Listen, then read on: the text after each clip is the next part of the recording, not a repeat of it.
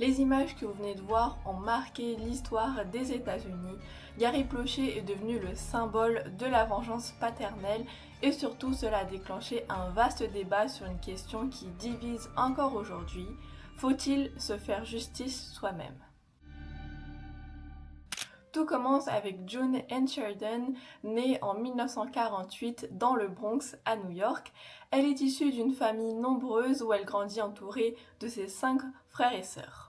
Mais à l'âge de 2 ans, sa famille quitte l'agitation new-yorkaise pour Baton Rouge en Louisiane. C'est là que son destin croise celui de Léon Gary Planchet, né le 10 novembre 1945 à Baton Rouge. Il est né dans une famille modeste avec un grand frère et il est imprimeur de tracts.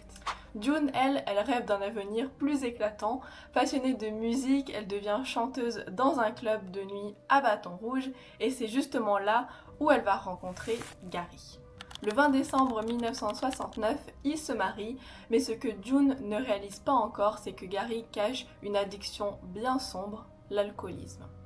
Ces soirées passées dehors avec ses amis deviennent une habitude pendant que June, seule, s'occupe de leur premier enfant, Gary Jr. Alors, elle va penser à quitter le foyer familial, mais lorsqu'elle voulait partir, elle se rend compte qu'elle est enceinte de son deuxième enfant et comment fuir lorsque elle peine déjà à s'occuper d'un enfant, donc elle va rester avec Gary. Le 27 avril 1972, leur deuxième fils vient au monde, Joseph Planchet, que tout le monde finira par appeler Jody Planchet. Alors Jody va grandir à Baton Rouge, entouré de ses parents et de sa fratrie, Gary Jr. l'aîné, Mickey le troisième de la famille, et enfin Jennifer, la benjamine de la famille, surnommée Sissy. Mais derrière cette façade de la famille ordinaire, les tensions s'accumulent, les années passent et June endure l'alcoolisme de Gary. 11 ans à supporter cette addiction, 11 ans à hésiter, 11 ans à espérer un changement, jusqu'à l'été 1983 où elle prend sa décision. Elle demande à Gary de partir de la maison. Alors pour parler un peu de June, June a toujours été une mère assez protectrice. Elle a inculqué à ses enfants une règle essentielle, ne jamais garder le silence si quelqu'un, surtout un adulte, les met mal à l'aise ou leur fait des choses qui paraissent pas normales. Elle veut ainsi les préserver et surtout les protéger d'un danger éventuel. Mais elle ne le sait pas encore que l'horreur approche, que le monstre va arriver. Et tout va commencer par un simple flyer de karaté posé sur la table de cuisine. Donc Jody, il adorait le sport et notamment le football américain où son père coachait son équipe et quand il était en CM2 en novembre 1982, il reçut un flyer à l'école sur des cours de karaté mais il l'a froissé et jeté à la poubelle car ça l'intéressait pas parce que lui il faisait déjà beaucoup de sport, il faisait du football américain, du basketball, du baseball et du soccer donc ses journées étaient déjà assez remplies. Donc il jeta le flyer à la poubelle et il est passé à autre chose. Mais son petit frère, lui, Mickey, a gardé ce flyer et l'a laissé sur la table de la cuisine et sa mère l'a vu et comme son petit frère ne faisait pas du tout d'activité sportive contrairement à Jody, elle a décidé d'inscrire ses 2 enfants, Mickey et Jody, aux 10 premiers cours de karaté. Alors en décembre 1982, ils ont débuté les 3 premiers cours de karaté, mais après ces 3 cours, le professeur n'est plus jamais revenu, alors l'école a décidé de contacter un professeur de karaté local, Jeff Ducey. Et c'est lui qui a pris le relais pour les 7 cours suivants, et donc après les 10 cours de karaté, ils ont continué les cours avec Jeff car ils avaient beaucoup aimé les cours de karaté. Et donc peu après, Jeff est allé parler à June pour savoir si elle laissait Jody et Mikey intégrer l'équipe de karaté qui faisait des tournois dans le sud des États-Unis. Et cela aussi incluait des sorties tous ensemble, par exemple au cinéma, au centre commercial. Enfin, ils faisaient beaucoup de sorties pour justement être unis, mais aussi pour passer du bon temps ensemble et renforcer les liens. Donc la veille d'une compétition, Jeff les a emmenés au cinéma. Mais avant cette sortie, June était assez méfiante et très protectrice comme mère. Du coup, elle voulait s'assurer que Jeff ne soit pas un danger pour ses fils et donc elle demanda à son oncle, qui travaillait en tant qu'officier de police, de vérifier le background, le casier judiciaire de Jeff pour voir s'il n'y avait rien à signaler. Et après vérification, il n'y avait rien à signaler. Donc comme il n'y avait rien, elle les laissa aller avec Jeff au cinéma voir un film de karaté. Et juste après le cinéma, leur cousin avait une fête d'anniversaire et Jeff s'incrusta et c'est comme ça qu'il commença à connaître toute la famille de Jodie. Et surtout, les parents ont pu voir à quel point ils avaient une bonne relation avec les enfants et c'était vraiment essentiel pour eux qui voulaient que leur fils soit entre de bonnes mains. Donc ils étaient vraiment rassurés après avoir vu ça. Alors pour vous parler un peu de Jeff, il est né le 3 février 1969, il avait 3 grands frères et 2 plus jeunes sœurs. Il a une enfance pas facile car son père est mort quand Jeff était adolescent, donc sa mère a dû s'occuper des 6 enfants seule.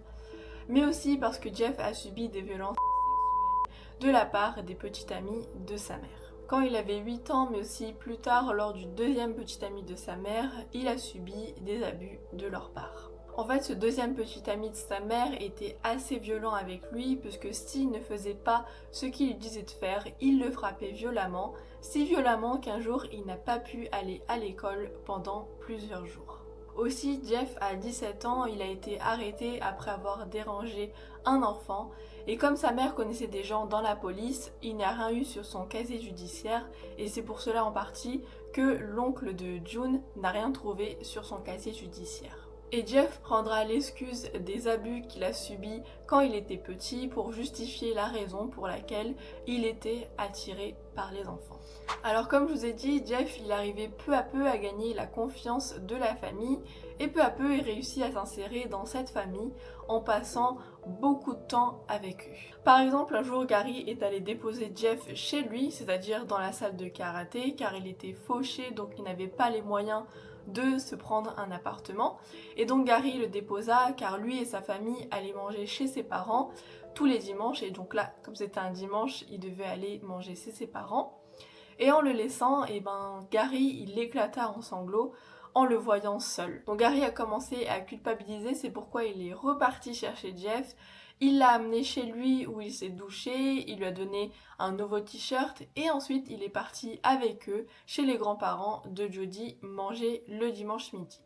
Et ça c'était presque tous les week-ends, c'est donc comme ça que Jeff a gagné la confiance de sa famille.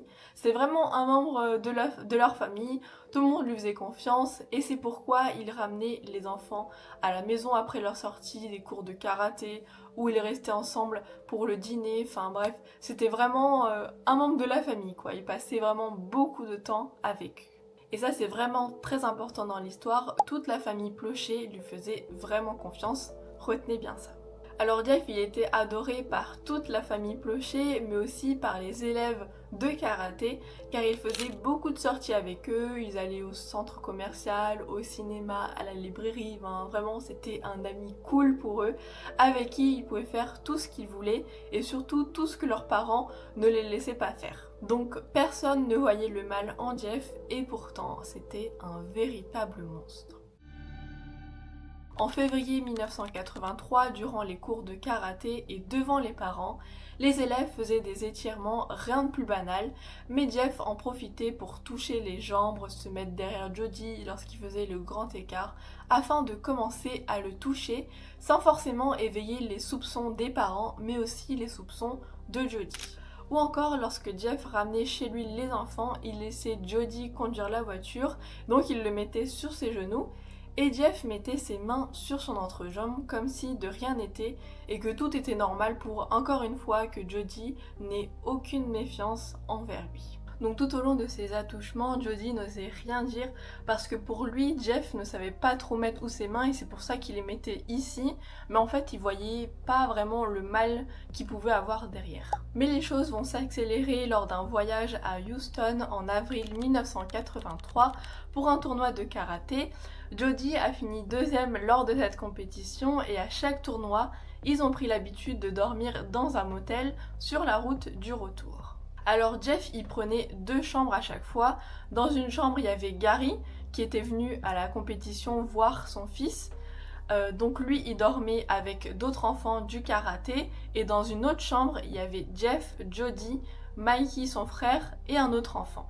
Et pour vous expliquer un peu leur disposition, en fait dans cette chambre il y avait l'enfant, ensuite il y avait Mikey, il y avait Jeff et Jody était vraiment au bord du lit. Donc Jeff faisait exprès de se mettre en face de Jody pour faire des choses durant la nuit sans que personne ne voit rien. Durant toute la nuit, Jeff lui a touché les parties intimes et Jody, ne sachant pas trop quoi faire, il a préféré faire comme si il dormait. Et 2 mois plus tard, la même chose se reproduit. Ils sont partis pêcher et ils sont restés à l'hôtel. Il y avait 3 enfants dans le lit. Donc comme je vous ai dit, il y avait toujours 2 enfants de ce côté. Ensuite, il y avait Jeff et ensuite, il y avait Jody. Et là, encore une fois, Jody a passé la nuit à lui toucher les parties intimes. Donc comme à chaque fois, Jody faisait semblant de dormir alors que Jeff n'arrêtait pas de le toucher toute la nuit. Et le lendemain, Jeff a pris Jody à part des autres enfants et lui demanda s'il avait dit aux autres enfants ce qui s'était passé. Et là, Jody a fait semblant et lui a répondu « Mais de quoi tu parles ?» Et c'est à partir de ce moment-là où les choses ont empiré et que Jeff a pu voir qu'il pouvait aller encore plus loin avec Jody. Le 16 avril 1983, ils étaient dans le van pour retourner à l'hôtel après une compétition et Jeff conduisait et a dit à Jody de monter devant à côté de lui et peu après il lui murmura à l'oreille « Je vais te sucer ce soir ». Mais Jody était pas d'accord et il lui a dit « Mais pourquoi tu veux faire ça ?»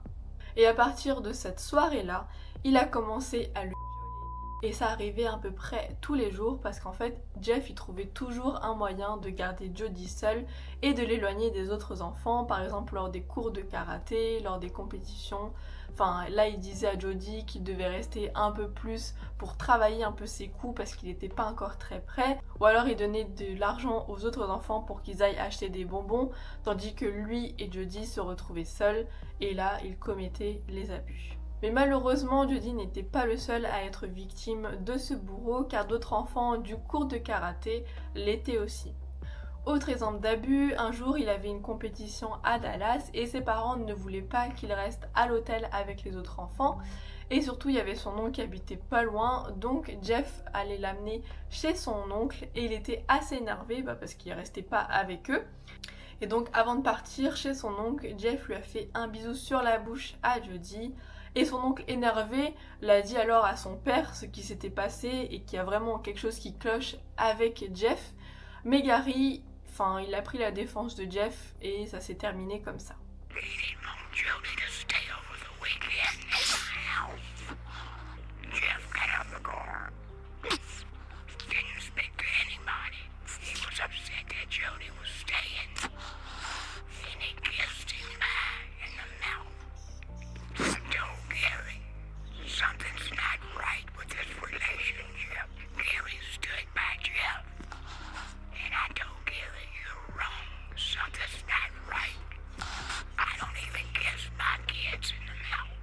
Donc vous voyez, le plus énervant, c'est que déjà des membres de la famille étaient au courant que y avait quelque chose qui se tramait avec Jeff et Jody, mais malheureusement ses parents ne voyaient pas tout ça et il avait gagné tellement leur confiance que en fait ils voyaient pas tout le mal que Jeff pouvait faire à Jody.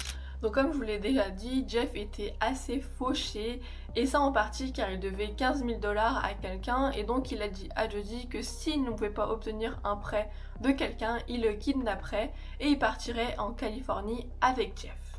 Mais Jody ne connaissait pas la date mais il était juste au courant qu'un jour Jeff le kidnapperait et ils partiraient tous les deux en Californie.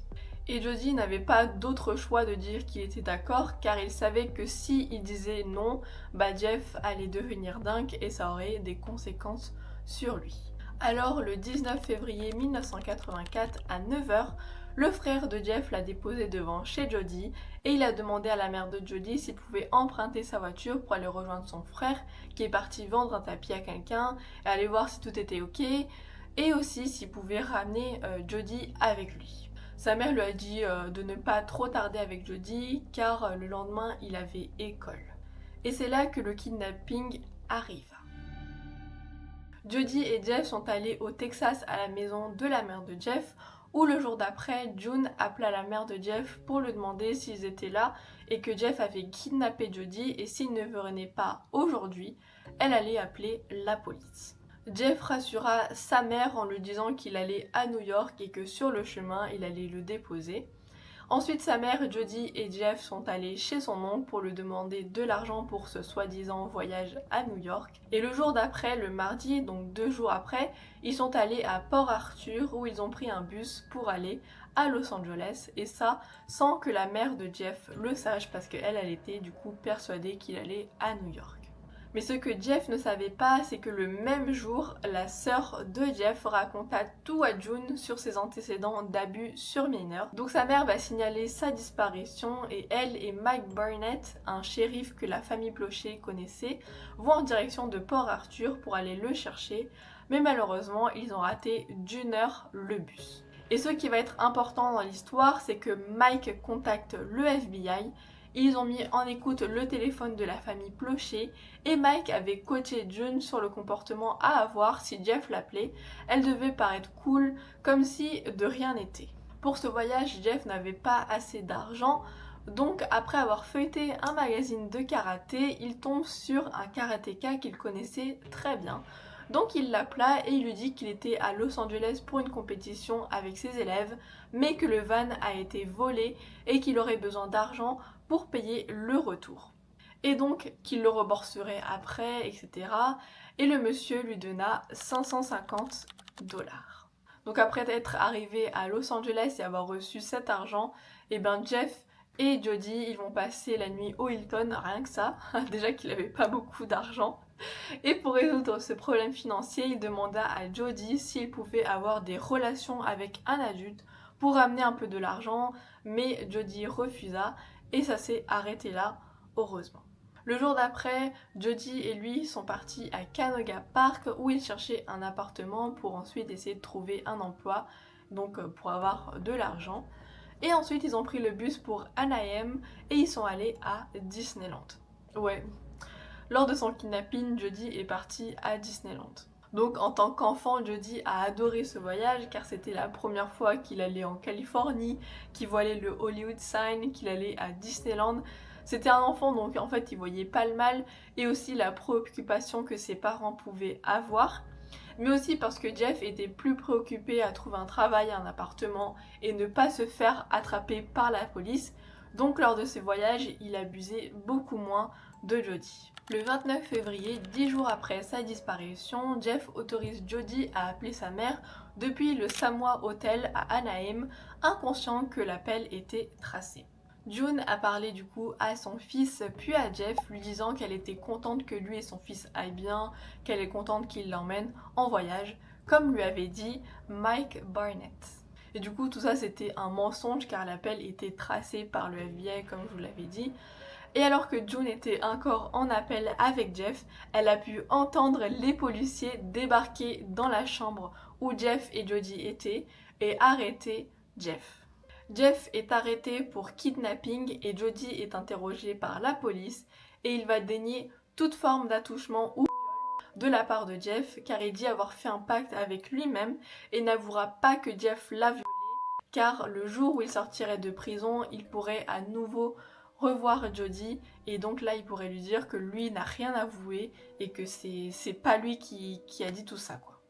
Donc Jody a préféré mentir aux policiers parce qu'il a pensé directement à l'après où Jeff allait pouvoir sortir de prison, il avait peur en fait qu'ils s'en prennent à lui, du coup il préférait mentir et dire qu'il s'était rien passé. Et pour vérifier tout ça, Jody a été envoyé à l'hôpital où un test pour voir s'il avait été violé a été effectué. Le 1er mars, il est rapatrié en Louisiane chez ses parents où on a pu suivre le retrouvaille puisque Gary avait appelé des journalistes pour filmer les retrouvailles. Mais Jody n'était pas du tout content d'être filmé dès son arrivée, pour cela qu'on le voit pas beaucoup sourire. Donc comme vous avez pu voir sur les images, Jody avait les cheveux bruns alors que de nature il était blond et en fait Jeff avait décidé de teindre ses cheveux pour éviter de se faire prendre. Mais tout va basculer lorsque Mike Barnett, le shérif, convoqua June et Gary pour leur dire que le résultat était malheureusement positif. Après avoir appris ça, Gary était furieux et la première chose qu'il a dit c'était « je vais le tuer ». Et en fait tout le monde pensait que c'était juste sur le coup de l'énervement, mais pas du tout. Prévenu par un employé de ABC, un média d'actualité, Gary savait que Jeff atterrissait le 16 mars 1984 en Louisiane à Baton Rouge Et ce jour-là, Gary devait aller récupérer ses enfants chez June, comme je vous le rappelle, ils étaient séparés, et ce jour-là, il avait la garde de ses enfants, mais il envoya ses parents chercher ses enfants, et il alla en direction de l'aéroport de Baton Rouge. Donc le 16 mars 1984, à 21h, Jeff atterrit en Louisiane où il est poursuivi en justice. Il est escorté par 2 policiers, il atterrit et c'est là que Gary, qui était grimé avec des lunettes de soleil et une casquette, va se cacher devant les cabines téléphoniques où il était en appel avec son meilleur ami qui le suppliait de ne pas le faire et il lui dit « Il arrive, tu vas entendre le coup de feu ». Il se retourne et au moment où Jeff passe devant lui, il lui tire une balle en pleine tête et il meurt sur le coup. Et tout ça en direct à la télévision. Le lendemain, le 17 mars, tous les enfants et les grands-parents prirent la direction de Baton Rouge et les enfants demandaient constamment où était leur père car ça faisait 2 jours qu'ils ne l'avaient pas vu et qui était censé venir les chercher. Une fois arrivé à la maison de ses grands-parents, June prit Jody à part et lui raconta ce qui s'était passé. Gary a été arrêté pour meurtre au second degré, mais aussi pour homicide justifiable. Suite à son arrestation, un grand nombre d'appels ont afflué de tout le pays pour offrir de l'argent et du soutien moral à Gary. Phone calls are pouring in from all over the country, offering both money and moral support. Porsche's actions stirred powerful emotions in people who could picture themselves in his place. Lorsque le juge lui demanda d'expliquer son acte, Gary lui répondit « Si vous avez été à ma place, vous aurez fait la même chose ». Et donc après cette déclaration, le juge conclut que Gary ne représentait pas un danger pour la société, donc il fut condamné à 7 ans de prison avec sursis, 5 ans de probation et 300 heures de travaux d'intérêt général, et ça sans purger de peine de prison. Cependant, la vie de Gary a pris un tournant dramatique en 2011 lorsqu'il a subi un AVC très sévère et depuis cet incident, il est devenu extrêmement difficile de marcher et de parler. Mais malgré cela, il n'a jamais regretté son geste et il a affirmé que s'il devait le refaire, il le referait encore aujourd'hui. You regret killing Jeff Doucette? No. No. Would you do it again? Oh yeah. Oh yes. Et malheureusement, le 20 octobre 2004, Gary est décédé des suites de complications liées à cet AVC. Quant à Jody, il est engagé dans une importante mission de prévention contre les abus envers les enfants. En 2019, il a publié son livre Why Gary Why, dans lequel il raconte son histoire dans l'espoir de soutenir d'autres victimes. Donc j'ai écouté son livre audio et je vous le conseille fortement. C'est vraiment un livre très axé sur la prévention contre les abus des enfants, mais aussi il raconte un petit peu son histoire, mais c'est vrai que c'est assez centré sur la prévention. Et donc avec ce livre, il souhaite leur montrer que les victimes ne sont pas seules et qu'il est possible aussi de surmonter les traumatismes. Et aussi dans ce livre, Jody exprime qu'il n'en veut pas à Jeff. Selon lui, ce dernier a été victime de l'éducation qu'il a reçue et qu'il était malade et que la responsabilité encombre davantage à sa mère qu'à lui-même.